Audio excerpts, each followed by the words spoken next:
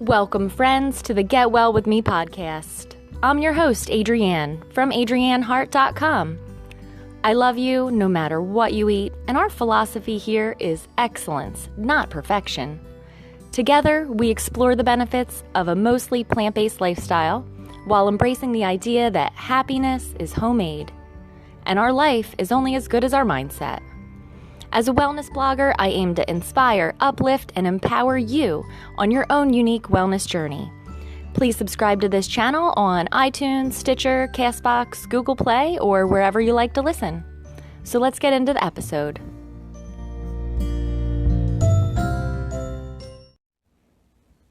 Hello, my friends. Welcome to episode 18 of the Get Well With Me podcast. I am your host, Adrienne of adrienneheart.com. So let's get into it. When was the last time I had meat and what's for dinner? Okay, last time I had meat was Easter, so that was a few weeks ago. So you can see I do eat meat, but it's just maybe when I feel like it's appropriate or a special occasion, or just when I'm in the mood, but we're looking at like a few times per month. Now, I want to let you know that if you're leaning in the direction of flexitarian, you can do it at any level that you want. Some people just don't eat meat once a week and give their body a little break and focus more on fruits and vegetables just one day a week. Or some people take it out of one meal, so it's could be considered excessive to eat meat at breakfast, lunch, and dinner. So sometimes people will do it just at one meal per day, or they'll do a meatless Monday or something like that.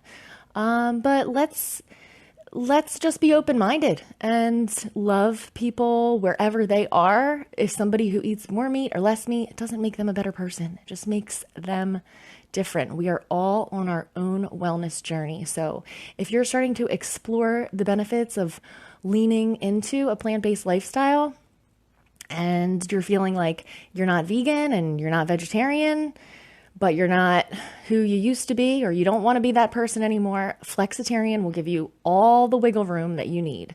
So for instance, my son, he says, the little mathematician that he is, 1 in 45 times. That's when he eats meat, 1 in 45 meals. So he figures that that's approximately twice a month. And let me tell you, when he goes for it, he goes for it. I miss going out to dinner so much. I have to say, I'm a little spoiled, and I probably get my husband to take me out once a week. And we were at Josie Kelly's local bar, brought the kid. They have a pretty decent plant-based menu, and so we're ordering like the like the vegan things off the menu, and the waiter comes up and says to our 16-year-old child, you know, what would you like to have? And he's like, he didn't even give us any warning. He orders the mixed grill. It's everything. It's like every type of meat on his plate. Like, I don't even know. Whatever kind of meat they had there, he had some type of a smorgasbord of meat on his plate. And he just sat there and ate every last drop, and he didn't feel guilty about it. But then, you know, at school, they have like Chick-fil-A lunch, and he's like, yeah, no thanks. And I admit, I exposed him a couple years ago to health documentaries and factory farming videos, and he just knows the difference between a good meal, or maybe a meal that he knows isn't good and it's a cheat meal, versus just everyday trash. So I'm so proud of him that he does that on his own, and that I don't have to tell him what to do or what to eat or what not to eat, because that's not my place. My kid is so grown up now. I saw this meme that says, no one prepares you to go from mama to mommy to mom to bruh. Everything's bruh. I'm not saying he calls me bruh, but it happens. You know, gamer life. Hashtag gamer mom. Hashtag flexitarian kid. Such a good kid. Anyway, I'll stop going on and on about my son. Anyway, yeah, so last time I had meat was Easter. It was a flexitarian moment. We were in quarantine, didn't want to go to the store, wasn't going to go buy some, dirty, ham. Definitely wasn't going to eat any ham. Definitely was going to avoid the nitrates that's in the ham.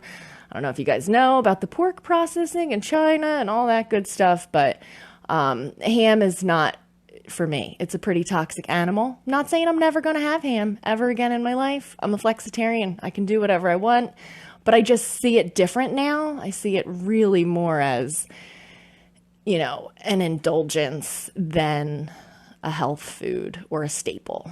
So, yeah. So for Easter, I opened up the freezer. I had some venison steaks in there for my brother. My brother, he's pretty legit. He's got a tractor and some property and he's got his own pig. He's got his own chickens, right? So if I was going to eat some pork or have some eggs and stuff, it's going to be somewhere that I know that the animals are cared for properly and that they're treated nicely, where, we're building up good karma in my food. I don't want to eat any suffering, miserable, sick animals. So I had this venison and I was like, you know what? This is special. This is something that we wouldn't normally have. Let's do that for Easter because Easter is special. So I threw these venison steaks in the crock pot and super easy. I added just a little bit of water to make some gravy. I added 1 packet of brown gravy mix and a whole chunk of garlic. Like, I don't even know if it's called a clove. I have to look it up because it wasn't like one little clove. It was like the whole big garlic thing.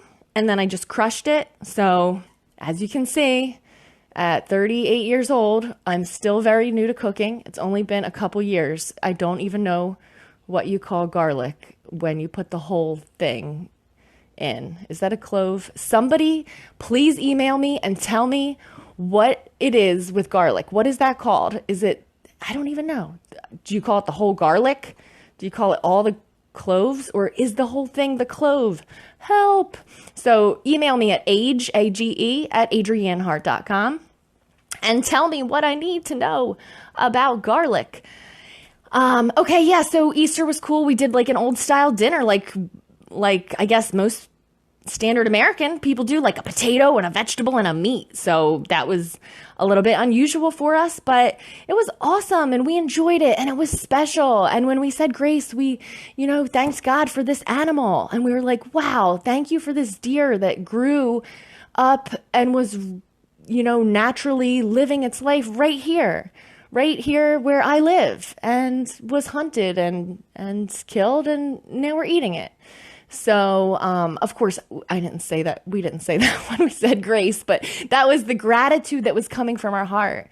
It wasn't just this package of meat that came in plastic and styrofoam. Like, this was an animal that my brother killed and gave to me. That's really special. So we had that on Easter and we really enjoyed it. Okay. Answering the age-old question, what's for dinner? What's for dinner tonight? So plant-based tacos, so easy. If you're going to do plant-based tacos, make them however you like, but go wild. There is no limit on tacos. You can put whatever you want into a taco shell. You could put rice in there. I don't do it, but they do it at Cheeto Burrito. You could put beans in there, and I would definitely flavor them up if I was making tacos rather than just plain beans.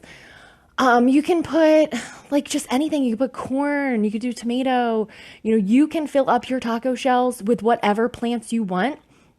And if you're leaning into the whole flexitarian thing, and you're like, okay, I'm going to try a dinner without meat and you don't even know where to start, just do tacos. You can obviously buy a plant-based meat alternative if you choose.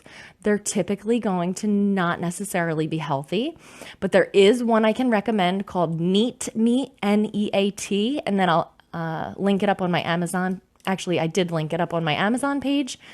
So if you are looking for a plant-based meat alternative that is not like a lab-grown thing that's scary and probably not good for you, then try out the Neat Meat. I mean, I'm not hung up on it. I could have my tacos with or without the Neat Meat, but I wanted to make it special. So we got the Southwestern flavored packet, and it's like ground like pecans and beans and grains and stuff. They're kind of in like this flavored packet that when you mix it with water, you could form it into like a meatball or a patty or make it into meat crumbles, which is what I did. So yeah, plant-based tacos, if you're going to do it without fake meat, so to speak, just do like black beans and corn. Just line your tacos with black beans and corn. And by the time you put all the other yummy vegetables and the onions and the tomatoes and the cilantro and, the peppers and whatever you're into, you won't even notice that there isn't an unhealthy layer, a foundation of unhealthiness at the bottom of this. Because, like ground beef or whatever, I'm not saying it's the worst thing in the world, but it's not the best, especially if it isn't a animal that was healthy and happy. Then that's something that maybe we want to eat less often. That's why we're exploring the benefits of a plant-based diet. So it's really easy to skip over that. You actually don't even notice it. Again, feel liberated. You can put whatever you want in your tacos. You can try a plant-based meat and feel good about that, or just simply use beans and rice and corn, and that will totally do the trick. But don't sleep on the seasonings. It's all about the flavor. So, if possible, I have it linked up on my Amazon page. Get the organic packet of taco seasoning, because that's going to be a lot less toxins in your body than if you get the regular one. Hey, excellence, not perfection. When I don't have the organic one available, or I'm not going to pay the ridiculous price that it costs at the health food store, I like to get it at Whole Foods or on Amazon for about $1 or $1.25. If it's more than that, I'm going to probably just use whatever's handy.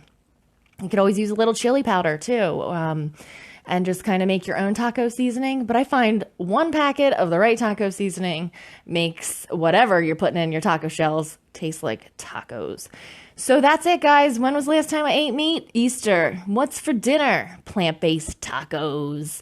So enjoy that idea. Put your own spin on it. And until next time, be well. See ya.